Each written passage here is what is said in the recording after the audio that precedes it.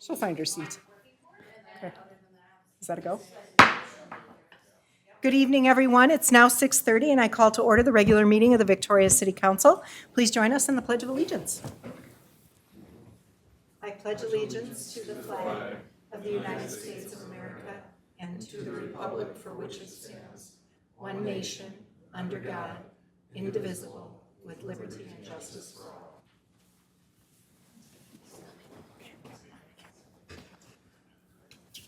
The first item on our agenda this evening is announcements. We will be kicking off our 2026 budget discussion on Monday, June 23rd at 5 p.m. in our City Council workshop. Council will be reviewing and discussing preliminary 2026 budget projections. All meetings of the City Council, including workshops, are open to the public and held in the council chambers at City Hall unless otherwise noted. We encourage anyone wanting to attend our council meetings or workshops in person to contact our city clerk in advance. In other announcements, on Wednesday, June 11th, as part of our summer concert series, we invite everyone to stop by the Charleston Thune Band Shell for Handler's Steel Drum Band. The concert runs from 6 to 8 p.m., and our summer concert series runs through the end of August. Also, this Wednesday, June 11th, is our first Classic Car Night event of the season, running from 5 to 8 p.m. in downtown Victoria, organized by the Victoria Business Owners Association. On Thursday, June 12th, from 5 to 7, we invite everyone to attend the Environmental Assessment Public Hearing and Open House for the Highway 5 improvements as part of the Arboretum Area Transportation Plan project. The hearing and open house will be at the Chanhassen Rec Center, and all are welcome. Finally, our city offices will be closed on Thursday, June 19th, in recognition of Juneteenth. With that, there are no other announcements. The next order of business is to adopt our final agenda. Council, can I get a motion to adopt the final agenda? Motion to adopt the final agenda? We have a motion. Can I get a second? Second. We have a motion and a second. All in favor signify by saying aye. Aye. Any opposed? Motion carries. The next item on our agenda is open forum. This is the opportunity for anyone to address the council on an item that is not on the agenda and not in application form that will be coming to the council at a future date. We have one individual who has registered in advance to speak this evening, and that is ECFE Coordinator, Ms. Molly Bonneman. Ms. Bonneman, please step up to the podium and state your name for the record, and we are here to hear what you have to say. Excellent.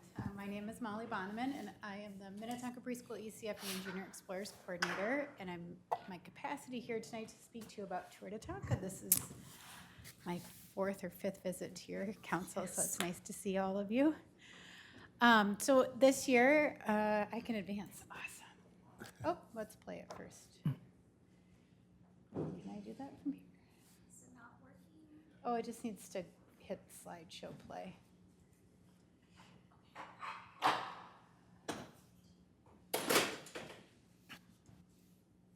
Oh, thank you. Maybe, there we go. Okay, so we are at our 20th anniversary this year. We have a new executive director who's been with us this year. Her name is Kim Carlson. And so this has been kind of an adventure. This will be kind of the culmination of the end of her first year with Tour de Tonka. And as many of you know, it's a really big event. So we are excited to kind of bring back some of the old and vintage things from Tour de Tonka. So we're going to have some exclusive 20th anniversary merchandise. We're going to have an archive display board at the vendor fair so that people can see just how many people have been through this ride and how many people have planned their summers around it.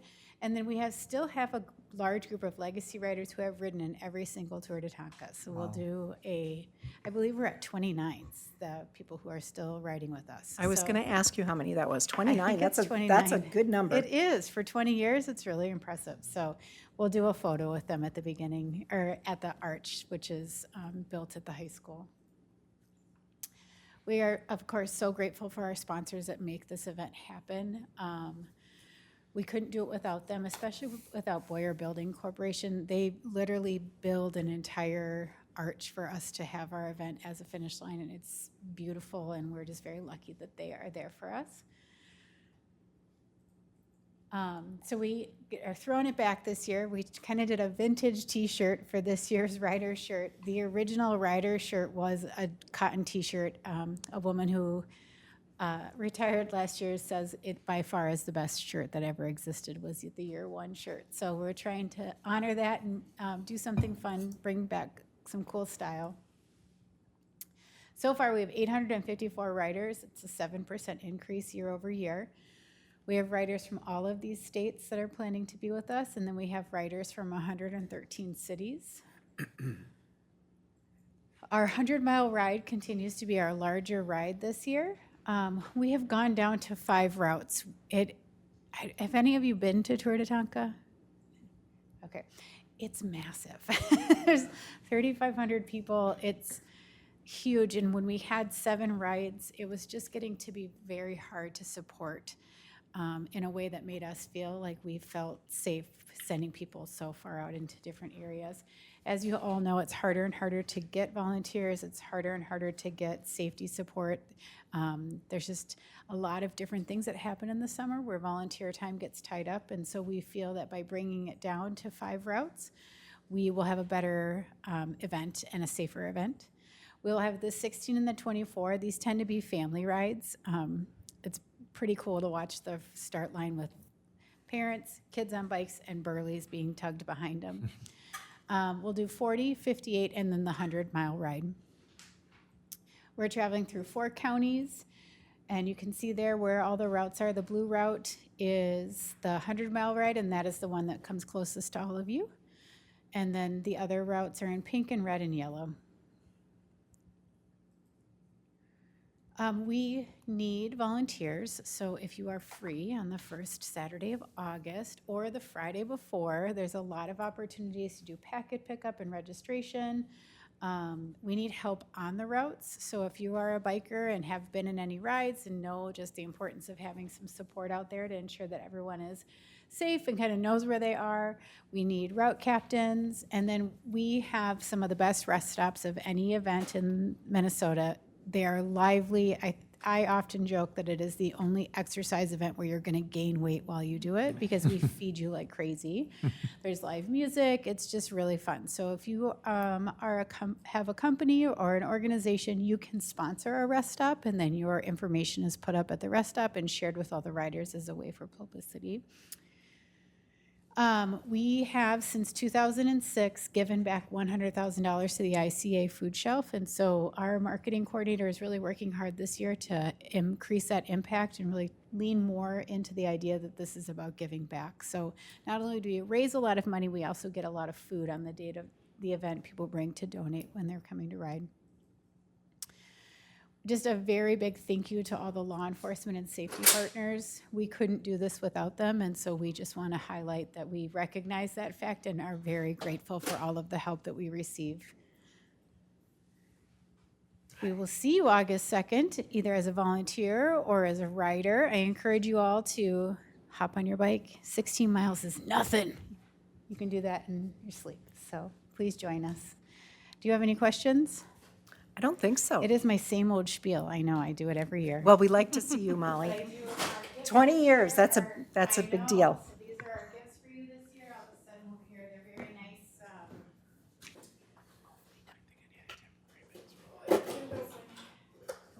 Glasses. Oh, wow. For your cute. Nice. Thank you again for letting me interrupt your meeting, have time with you tonight. No problem. Thank you so much, Molly. Good Thank luck you. with your ride. Thank you. Take care. All right, we're going to take a short recess here. We have a little bit of a tech problem going on, so we're going to take a short recess, and we'll be right back with you as soon as we get the system reset. Do you know if they allow electric bikes now on your ride? I don't know. I don't know if they would. I don't know. I should run out to the sidewalk. Let me just I Google. bet they do. I bet they do, Sue. But they have a Oh, they do. Yeah.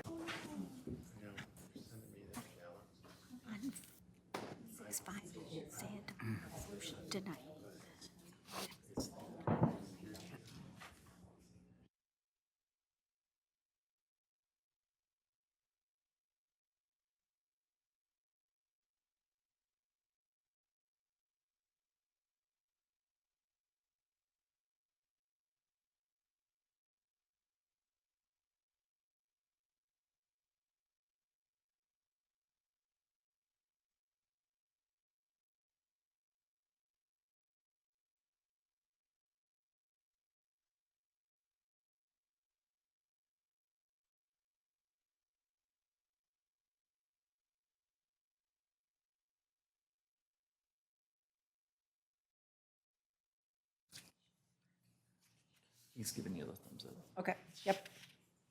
Let's see where I'm at here. Okay. We are back from recess, and we will continue with our open forum. Is there anyone else in the audience that would like to address the council on an item that is not on the agenda or coming in application soon? Seeing no one, I will move on to the next item, which is our consent agenda. Items on the consent agenda are routine, administrative, and do not require deliberation, or are housekeeping items that are required by law. They're approved with one vote unless someone requests an item to be considered separately. Ms. Hardy, does staff wish to pull any consent agenda items for separate discussion and vote? None from staff, Madam Mayor. Council, anything on from council for separate discussion and vote? None for me, Mayor. Or anyone in the audience who would like to pull an item? Seeing none, may I have a motion for the consent agenda, please? I'll make a motion to adopt the June 9th, 2025 consent. We have a motion. Can I get a second? Second. We have a motion and a second. All in favor signify by saying aye. Aye. Any opposed? Motion carries. On to our regular agenda. The first item is 6.1, which is to review and consider approval of the 2025 Planning Commission Work Plan. Presenting this evening is our city manager, Ms. Hardy. Ms. Hardy, welcome. Thank you, Mayor, members of the council. I am just kicking us off for our chair, Joel Ottesetter. So do you want to come up and present to the podium? He will present an overview, just a recap of 2024, and then an overview of what the work plan the Planning Commission is proposing for this year. Very good. Great. Thank you, Dana. Yeah, Mayor, welcome. Council members, it's a pleasure to be with you here tonight and to represent the Planning Commission to present our 2025 work plan. First, if I could, just a brief recap of some of our work in 2024. As Councilmember Christian Pedersen will well know, he's an alum, a proud alum of our team, and Christian, we do miss you as part of the Planning Commission. Over 19 meetings last year, we held 21 public hearings. We reviewed 35 land use applications to offer input to the City Council at the various projects, residential, commercial, and otherwise, throughout the city. And we conducted a detailed and ongoing review of 11 ordinances as part of the city's comprehensive review of our zoning code. We also had a unique experience last year, acting as the city's Board of Adjustment and Appeals. We held our first appeal hearing, which challenged the city's enforcement of one of its ordinances with respect to a controversial for the local neighbors of a project on Smithtown Road. We also reviewed and offered our input to the state's new cannabis law. As you know, there's a great deal of uncertainty that remains even still around this law and its enforcement and how it's being implemented. So as the voice of the community, we reviewed that with care and offered our input. And as part of the city's ordinance update, we reviewed the new ordinance modifying the city's commercial districts and another updating the city's sign regulations. And one of the largest clusters of work is around our South Growth area, both residential and commercial projects. So turning now to our 2025 work plan, as you know, our role as an advisory committee is to serve as a voice of our neighbors in Victoria as we offer recommendations to the council on land use applications and regulations. That's, I would say in a nutshell, our primary function. We also review and offer placemaking standards or attributes for public spaces, in this case, particularly for our central business district, including the downtown west development. We'll also continue our march through the zoning code and updating and reviewing that. And at a higher level, we've been asked to monitor the proposed missing middle legislation at the state capitol, which if enacted would seriously restrict the city's ability to control development in line with our comprehensive plan. So it's a very serious challenge. It's stalled at this point, at least in this session, but it's something that that staff I know has been following very carefully. This year we'll also begin a years-long process to begin gathering community input on our 2050 comprehensive plan, so redone every 10 years. And as you all know, that's our guidepost. That's what guides the development for Victoria in the next 10 years following our work. And we'll continue to review and offer input to the council on development projects in downtown West and the South Growth area. And finally, and most importantly, I want to pause and just thank the great support team, Jen Brewington, Brian McCann, and Travis Brierly. Just a wonderful team that stands behind and shoulder to shoulder with us. So with that, I'm happy to take your input or any questions that you might have. Thank you so much, Chair Otterstetter. Thank you for your leadership on that committee. We appreciate it so very much. My pleasure. Council, any questions or comments for Chair Otterstetter? Just to thank them for all their hard work and being the guy, help guiding us, so. My pleasure. Yeah, the work you do is important to us, for sure. Good, I'll pass that along. Thank you very much. Appreciate it. Thank you. Joe's been doing a great job as the new chair. Great. Thank you, Christian. All right. Seeing no more discussion, council, I will ask for a motion. A motion to approve the 2025 Planning Commission work plan. We have a motion. Can I get a second? Second. We have a motion and a second. All in favor signify by saying aye. Aye. Any opposed? Motion carries. Thank you so much to our Planning Commission. Moving on, item 6.2 is to review and consider approval of the 2025 Senior Advisory Committee work. Kicking us off on that topic this evening is our Park and Rec Director, Jenna Smith. Ms. Smith, the floor is yours. Yeah, so tonight, the person that's going to be presenting the recap from 2024 and the looking ahead to the work plan for 2025 is Sue Bill. Take it away. Ms. Bill, welcome. Well, thank you, thank you. I'm kind of stepping in, we've got a new chair and vice chair, but unfortunately, neither of them could be here, so you've got me. We thank you for stepping forward, Sue. Well, thank you. So I'll start off with reviewing the accomplishments of the Senior Advisory Committee for the past year. We reviewed the recreation center spaces and provided insight to possible improvements and futures and programming opportunities. We had a lot of discussion about how those public spaces, unused rooms, how they could be modified and allow for gathering spaces, more events for our older population, and often also talked about the lobby area and maybe some casual coffee or just areas for basic socialization. We reviewed the results of the recreation center plan and provided input and feedback to staff. And we visited a lot of different, senior centers, community centers in the area. One of the things we talked about with our committee is a possible recommendation for a name change. I think the recreation center alludes to that it's more recreation and maybe look more towards a community center that would be more engaging, that everyone would feel that there'd be opportunities. Every year we we review our senior resource webpage and packet. That's an excellent resource for our older adults, as Alyssa does a great job. It not only includes local things, but all the state organizations and places that can provide assistance to older adults. And this year, we discussed the 19-20-25 public engagement opportunities, and we're real excited to get out in the community. And we'll be doing 4 different events. We'll be at 2 of the park pop-up events. And I think we talked about at a couple of them having a couple of senior advisory committees members would be on location of the various park paths and to engage and welcome people. We'll also be at the booth with the city at the Classic Car Night on July 9th, and also have space at the Farmers Market on August 28th.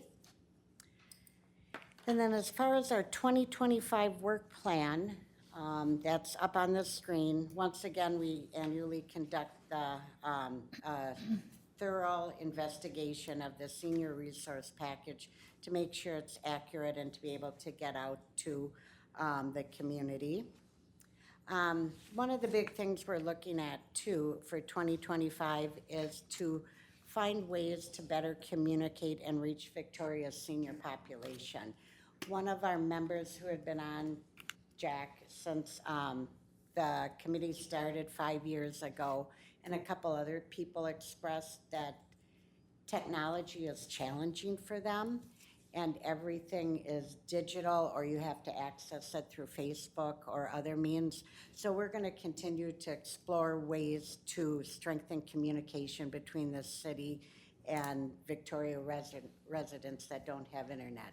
And we've even started that this year. The Recreation Center, there's more printed material coming out. We're trying to get the word out around the community and other methods other than having to log in or go on Facebook.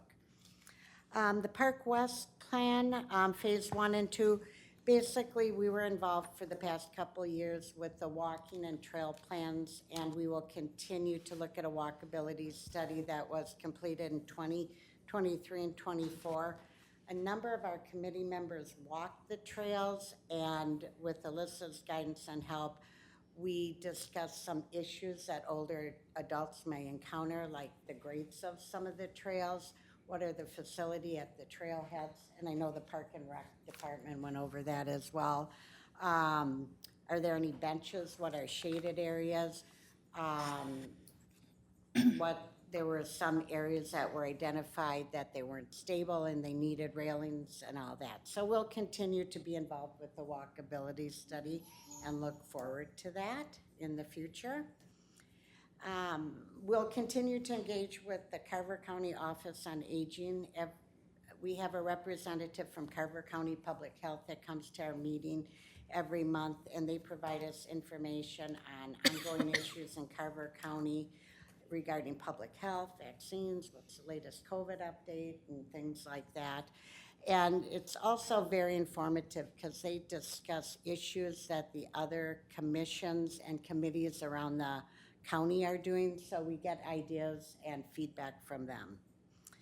And then lastly, we'll explore what hopefully in the not too distant future, what a senior facility and more programming could look like in the city of Victoria.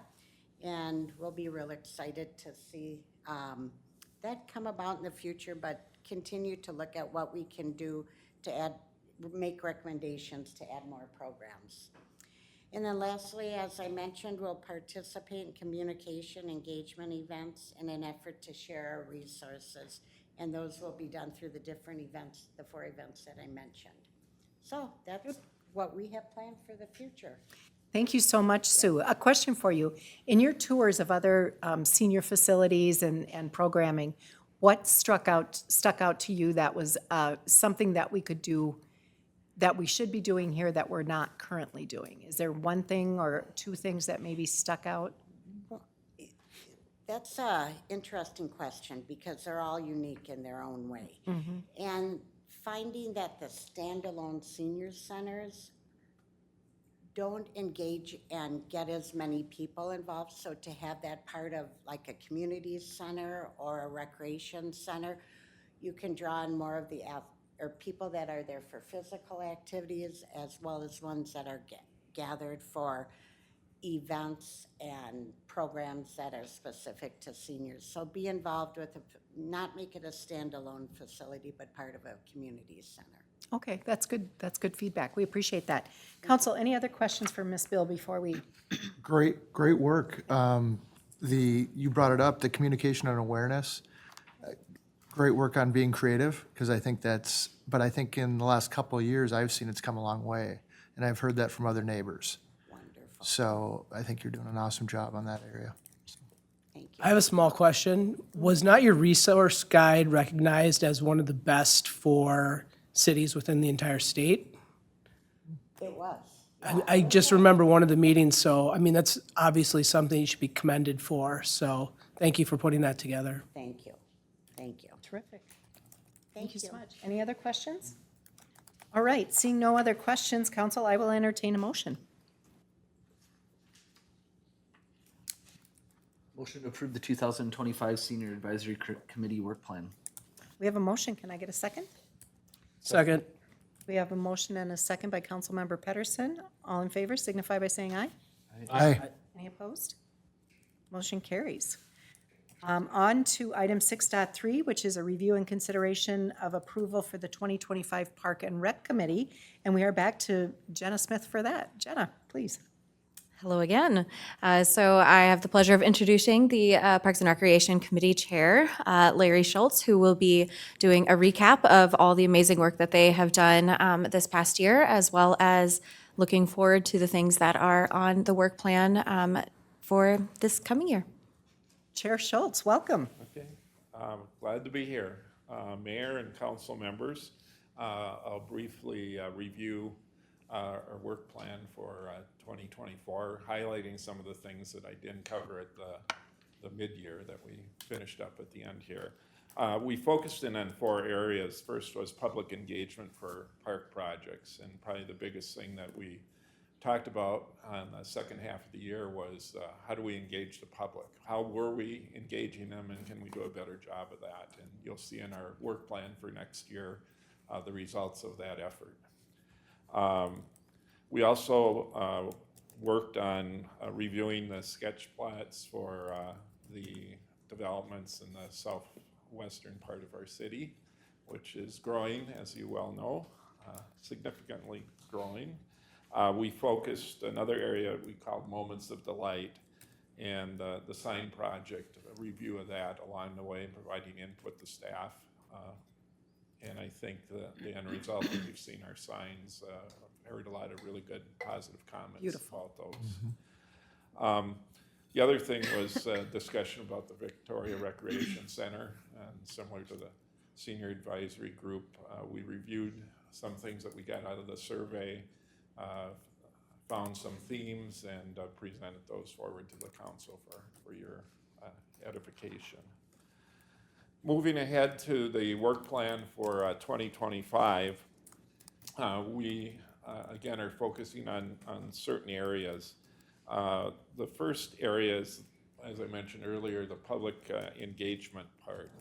And we're really excited to try something new this year, and that's actually, in a way, going on the road to some of our parks and encouraging people to come. And I know that staff's planning some events around that to try to attract people to come to those, to get more input. And we feel that the more input we get from the public, the better utilization we're going to have of our parks if we can provide some of the things that they're interested in.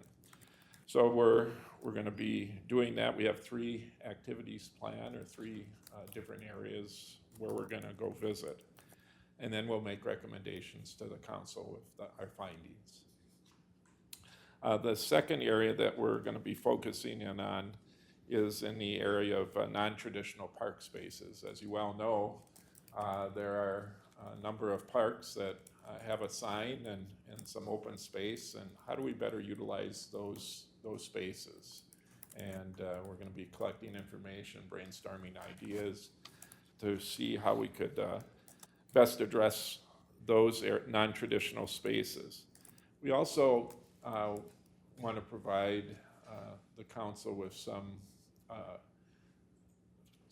feedback that we get from the community regarding the downtown west area, because I think that's a wonderful opportunity to how do we get people to gather together in a space. And for those of you who have traveled to European countries, you know that town squares and others are great gathering spots for social interaction, people in the community. But how can we tie some of those public spaces, especially when we have a new opportunity? And I know you're working hard on that, developing that area, and we'll provide some input along the way for your consideration.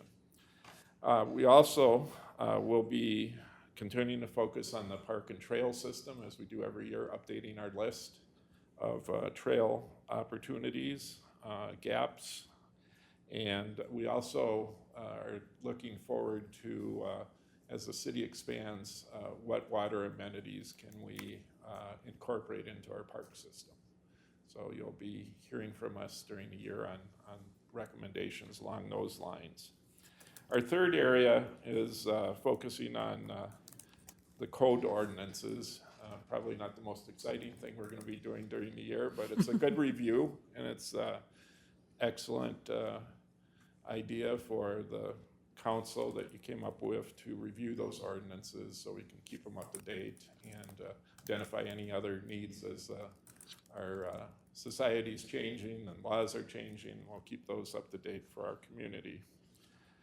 I guess those were the main areas. I'd like to close by thanking our excellent staff that we have in the city. You know, all the way, my interaction with them and our committee's interaction has always been wonderful. I'd like to give a hats off to Jenna Smith, who is just doing an outstanding job.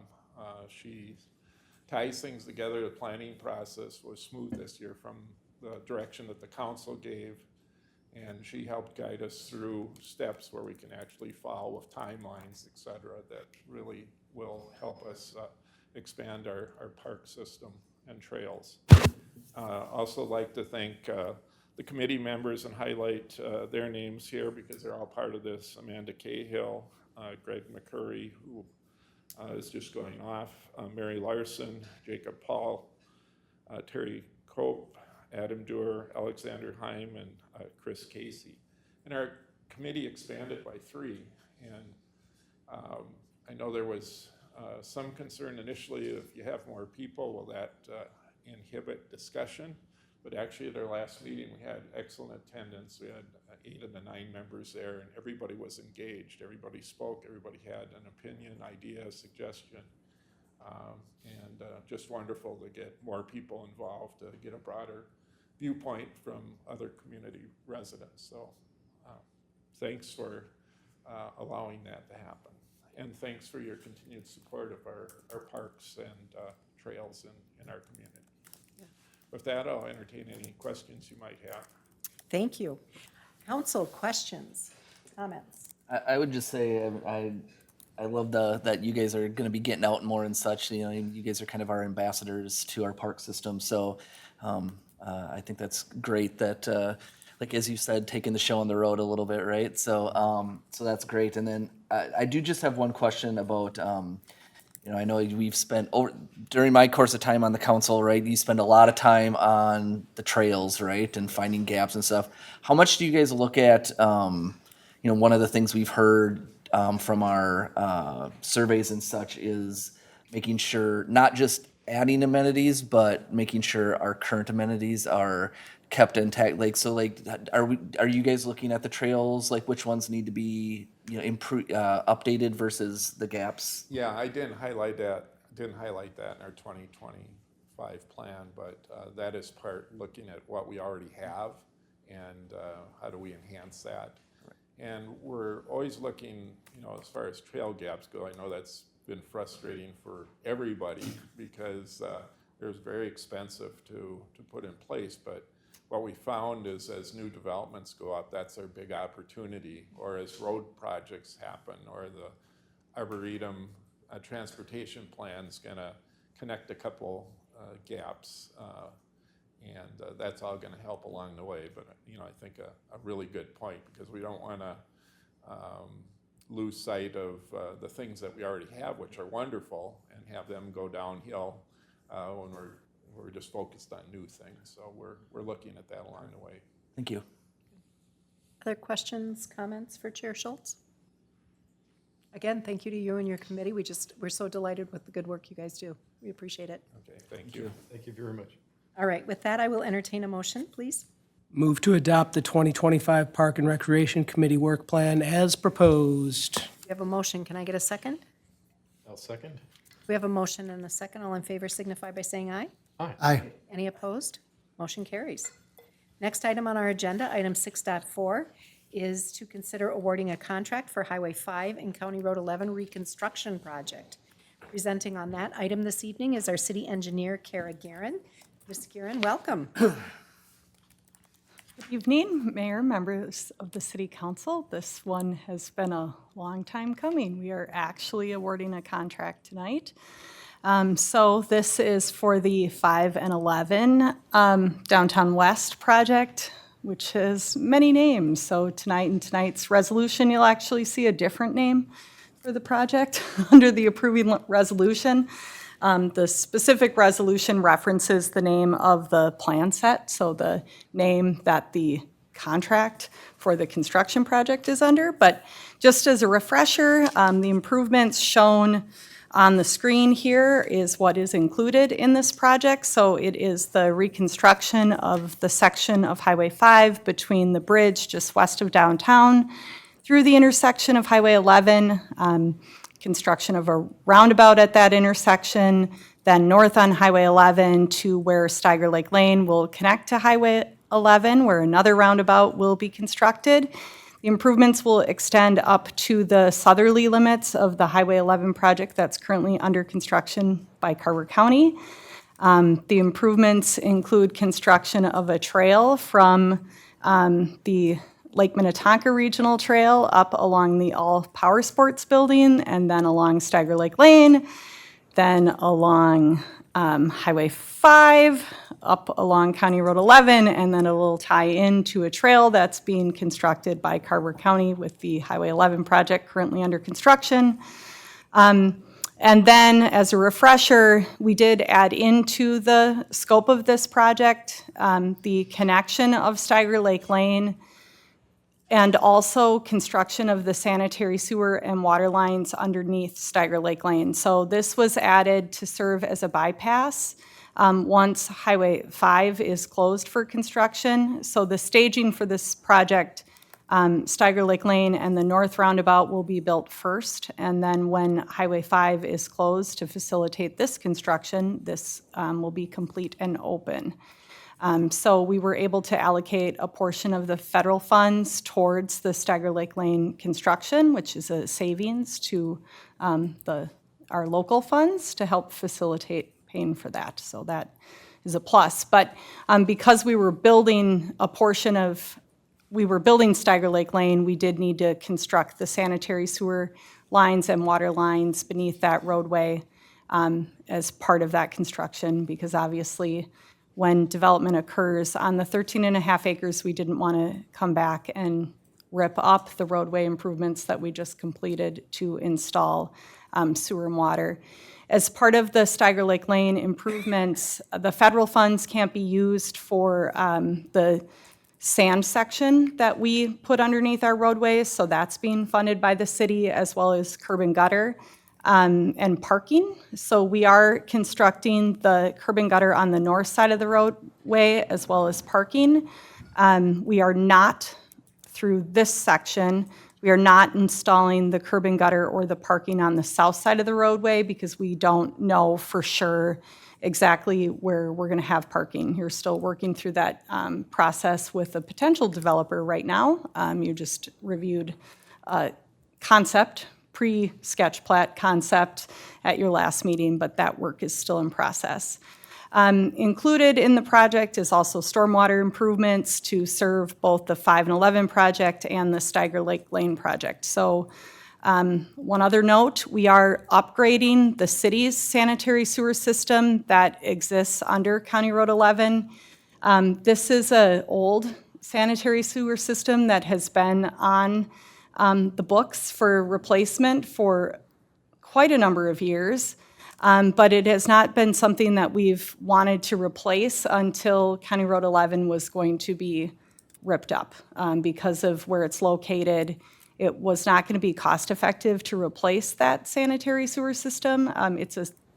All of these homes are on an old 201 system, so they actually have septic tanks in their yards, and then the gray water from their tanks is pumped out to the city small diameter main, and the city actually is responsible for cleaning their tanks periodically, so we will be converting that to an actual modern, I'm going to call it, sanitary sewer system like we have in most neighborhoods as part of this project. So that those of us that care about those things are excited to see that system upgraded as part of this project. So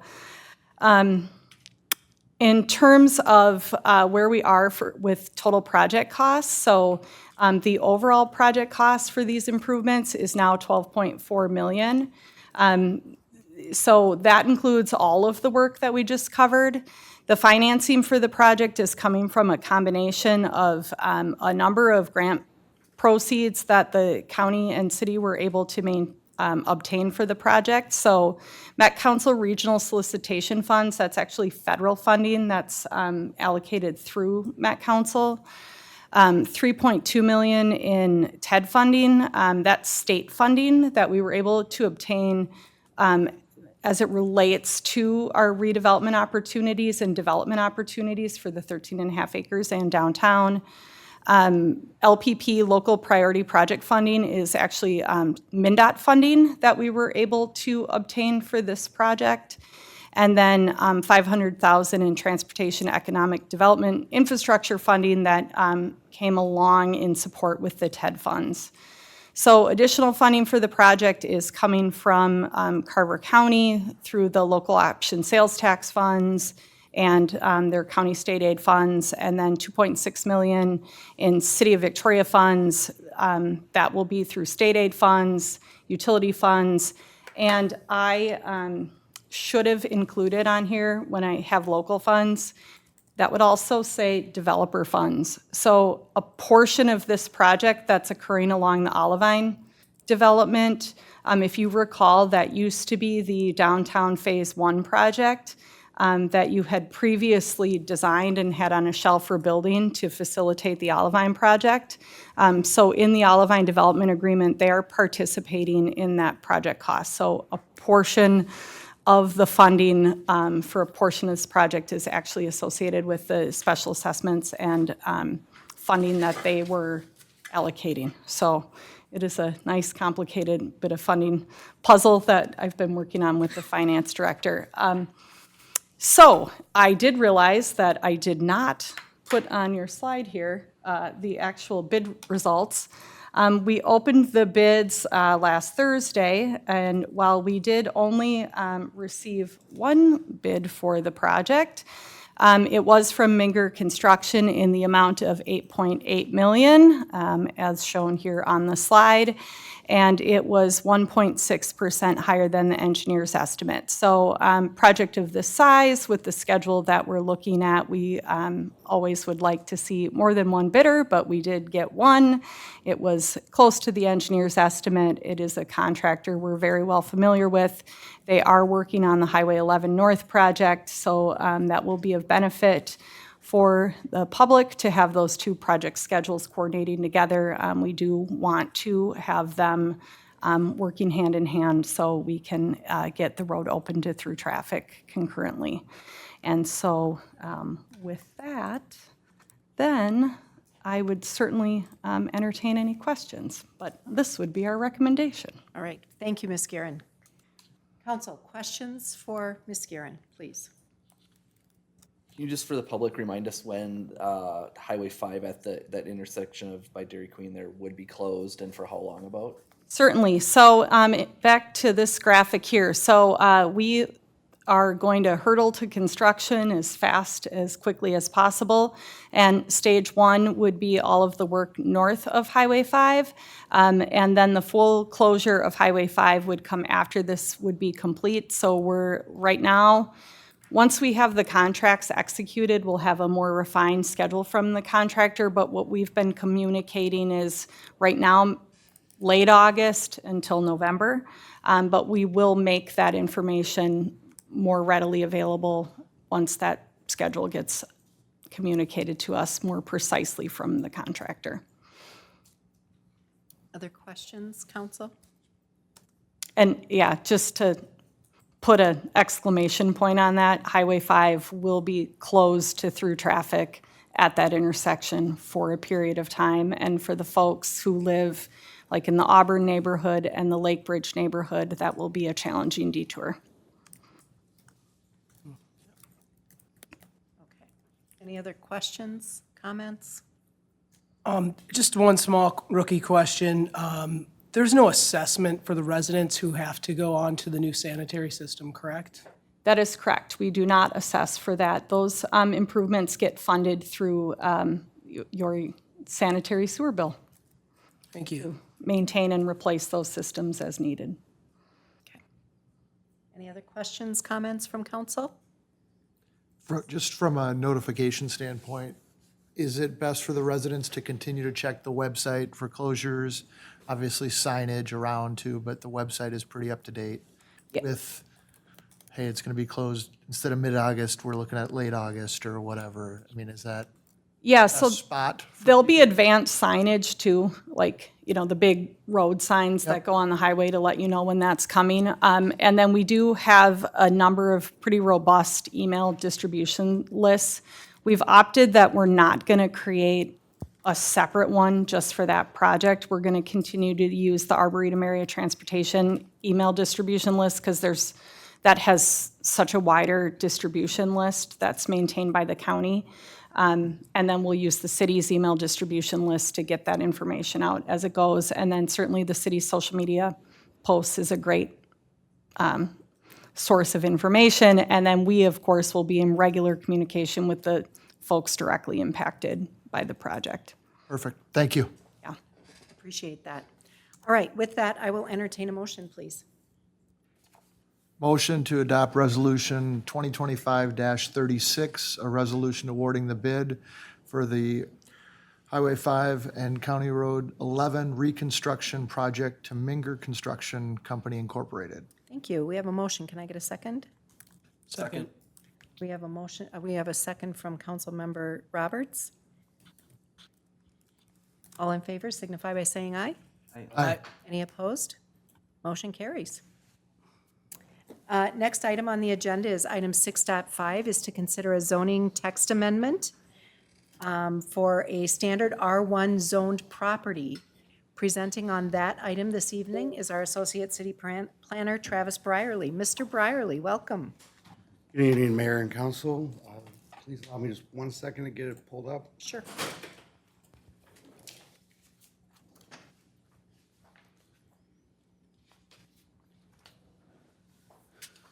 Good evening.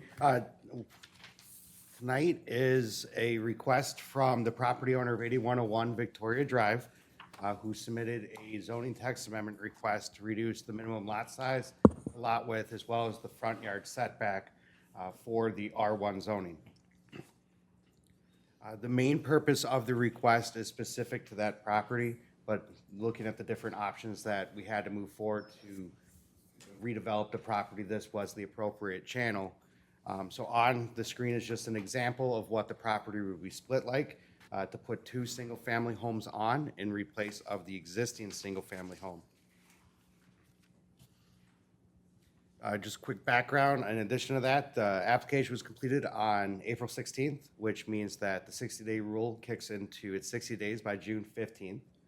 We have not provided a letter of extension at this time, but if that could be done. It was also noticed in the Waconia Patriot, and the notice was only put in the paper because of the number of mailings that would need to go out would be just about everywhere in the city, but we did post it through our other normal channels. Just real quick, a zoning text amendment is a request by a resident or staff or from the city council or other government agencies such as the DNR to make changes to our zoning code. It's a change to the language of the ordinance. It's not specific to just one property. Though this request is based on a single property, it would affect all properties within our R1 zone, which is just about all our single-family properties throughout the community.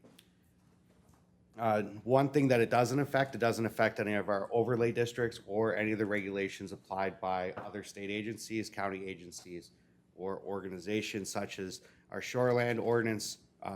You have the watershed and things like that.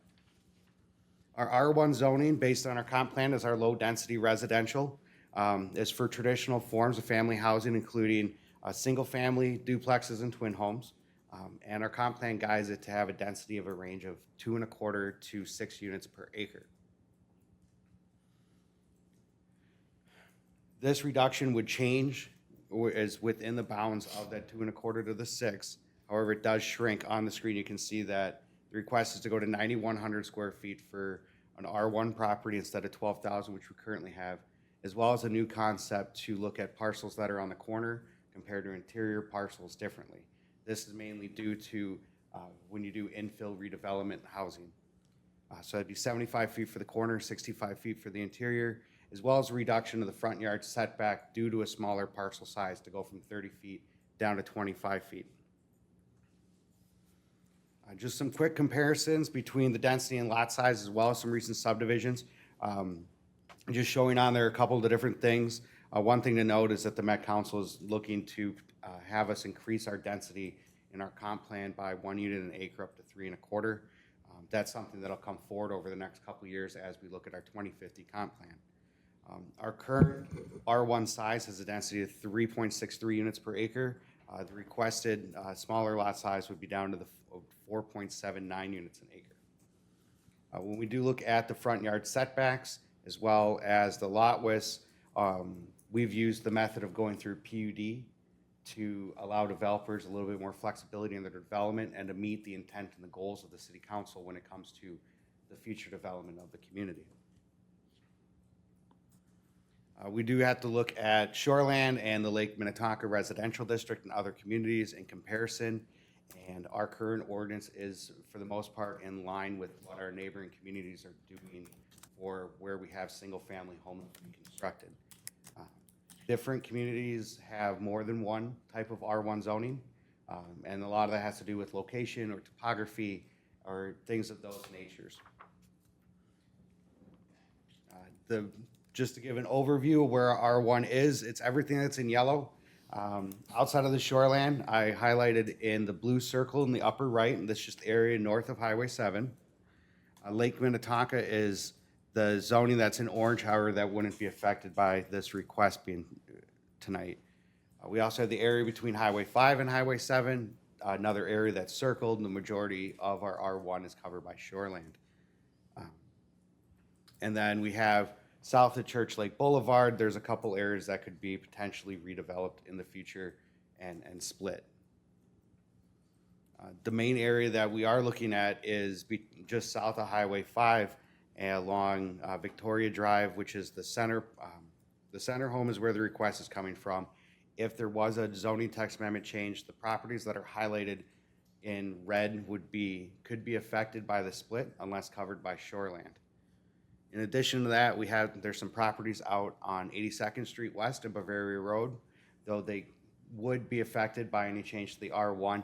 This type of development that would go in to actually improve or create more homes would probably be done through parcel combinations and do a larger development that way. We also have an area along Cochia and 78th Street, same kind of thing. These are larger properties, but from a financial aspect, the dollars don't necessarily line up with just one property at a time being redeveloped, excuse me. The Planning Commission had a discussion. On the screen is the topics that we covered, but the big one would be if a change is made to the R1, how it would affect the character of the community. So what it would do is it would allow anybody who wants to redevelop a property to go ahead and create smaller parcels without going through the city council. All that type of stuff would happen at the staff level per the city code. So there is some changes to it. With all the discussion that the Planning Commission had, as well as any discussion that might happen tonight, staff's recommendation would be to adopt a resolution which was handed out tonight, which would deny the zoning request to make any changes. And the main reason for that is it would change the intent of the type of homes that we have historically in Victoria that aren't built through a PUD. With that, I'm more than happy to stand for any questions. All right, thank you, Travis. Question, so this is a redevelopment project, sort of in what we all know as Old Victoria. Correct. And so I think one of the things that this brings up as a concern for me is that we certainly want to use our redevelopment opportunities to continue the character of the community so that it doesn't look like it doesn't belong here. And can you go back to that? I want to talk specifically about this plot, this proposal way back to this one. So in this redevelopment plan we've got one parcel, but we want to divide it and make it two. Does one of those parcels front Victoria Drive and one front the 81st Street? Or do they both front Victoria Drive? Mayor, in specific to this parcel itself and conversations with the property owner as well as Mr. Wickman representing the property owner, the access to these parcels would be from 81st Street with garages behind the home, not in front, so there wouldn't be direct access to Victoria Drive. If it was split to add another access to Victoria Drive, the applicant would need to get permission from the county for access. All right, very good, thank you. All right, council, questions, comments on this zoning text amendment?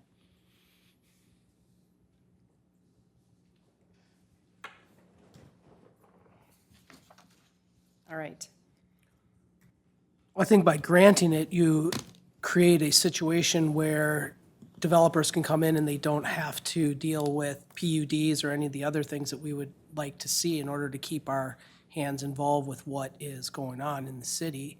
An overall reduction from this standpoint is going to affect a few homes, but I think it sets a precedent that the developers for other future areas are going to be able to take advantage of, or will try to take advantage of, whether I'm here or not. If that makes sense. any other questions, comments, thoughts, feedback? I mean, I would just say, we talk a lot about using our planning commission to do the heavy lifting, right? And I think they did a very good job of laying things out and made their recommendation. And so, I mean, I would concur with that as well, so. I think they kind of hit, they did a lot of the work for us, like you always say, right? So. They hit the nail on the head, I think, from my perspective. I think for the sure. work had been And done. what we have here is a request to change our language of our code, not certainly it's so that this particular project could just sail through without any difficulty, more or less. But we do use these guidelines as a sounding board, so to speak, when we're evaluating PUDs for whether or not we have that look, fit, and feel that people have come to know Victoria for and look to build here in terms of other communities. This feels to me like we would just be codifying a compromise to that sounding board that we use. So I'm inclined to, as Chad puts it, to use the heavy lifting that our planning commission has put before us and move forward with staff's recommendation. Very good. Any other final comments, questions? Seeing none, I will entertain a motion. Motion to adopt resolution 2025-37 denying the zoning text amendment request for a reduction in the bulk standards as stated in section 24-1F of the City of Victoria zoning code. I have a motion. Can I get a second? Second. We have a motion and a second. All in favor signify by saying aye. Aye. Any opposed? Motion carries. I want to spend just a couple more minutes visiting about this opportunity we have in front of us. We know that parts of Old Victoria will redevelop, and we want to make sure that we do that in a way that honors who we've been and all the things that the other council members have mentioned here. So I want to look to staff for a minute and say, what are some tools, some other ways that we can think about this and how to go about moving a project forward in a way that we can all get behind? Mayor, council, staff has been working on an alternative solution. And what that would be is creating an R1A zoning district specific to the older area of the community. So there's a couple things if we did want to go with an R1A, which we just throw in the name Old Town Residential. That doesn't have to be the final, but for now. It targets the areas of the community which are older, and we'll see homes get redeveloped individually instead of larger developments. With this, it would also allow for a little bit of shrinkage in the property size and the setbacks and allow for redevelopment to be controlled in a manner that's targeted to a small area.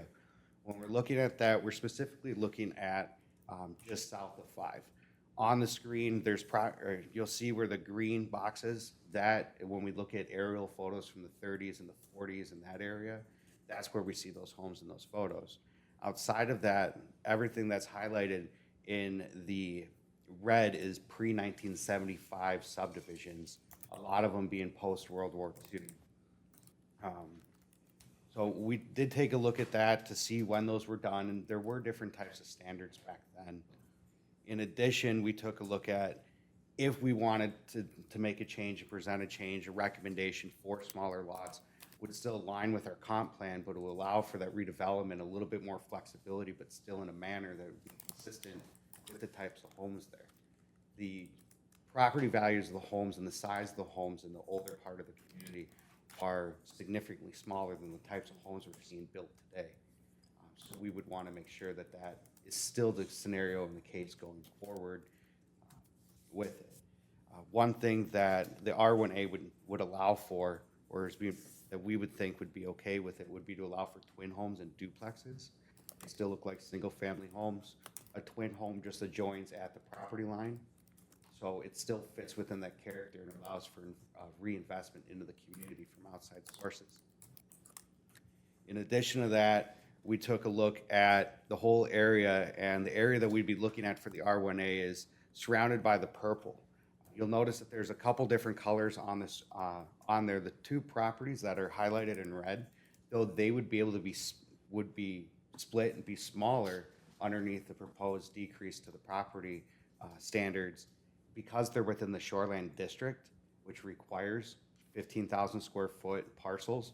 They would actually not be permitted to be able to be shrunk down.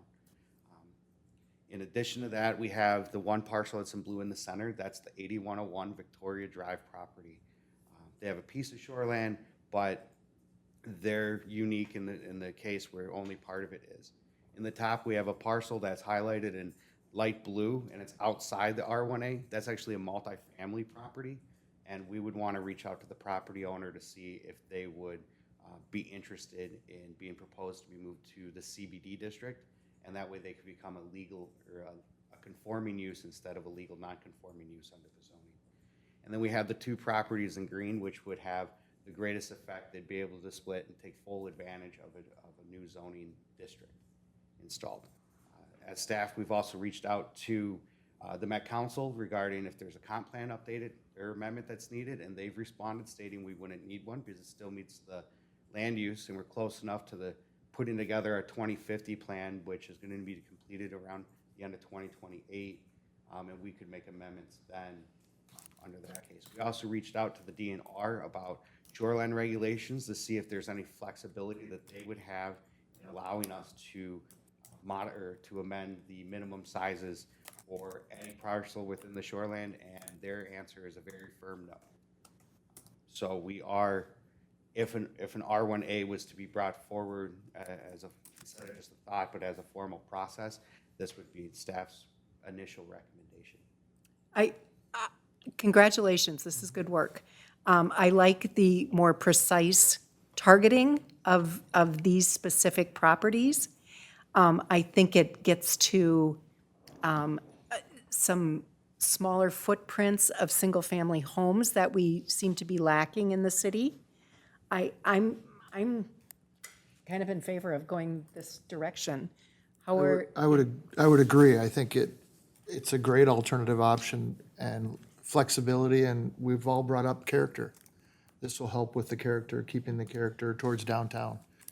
I think there's, we expect those larger lots, right? But then I also think when you're more in the city, right, like you expect those, your lots might not be as big, right? And so that's, I think it is great, as Andy said, that it keeps the charm and the character of and the intent that we want for the other areas. And then this area, it allows for that redevelopment of some older homes that are, we want some update to. Yeah. So I think, Dana, at this point, are we looking kind of for consensus for staff to, Yeah, I think Bring us back. consensus would be good. is everybody in favor of taking a closer look at this R1, what are you calling it, Travis, R1A district? It would be Old Town Residential for Oh, okay, And Mayor, members of the council, then Travis and Brian and Jen, that team will work with the planning commission to do the heavy lifting on that as we explore that. And we'll, I think we're prepared to fast track that. We had talked about that internally. here, because as you saw, that this could be a tool to allow for the application that was before you that was denied, that would be a tool that they could use to move forward with their plans that would affect them positively. So it looks like we've got consensus, so we're prepared to move that through the Planning Commission and bring that back to you all after they've had a chance to review and provide feedback. Good. Great. I think that, likewise, but with respect to this, the only thing I would say is to be sensitive to is the front yard setback, to keep that consistent and aligned so that we don't have a Victoria that looks like it has a bunch of crooked teeth along its streets. But certainly rear yard setbacks, I think we're all generally in agreement on side yard setbacks are not in question here, but certainly to codify that, to keep that consistent. Yeah. But, and then that gets this project before us some runway to get done what it needs to get done, correct?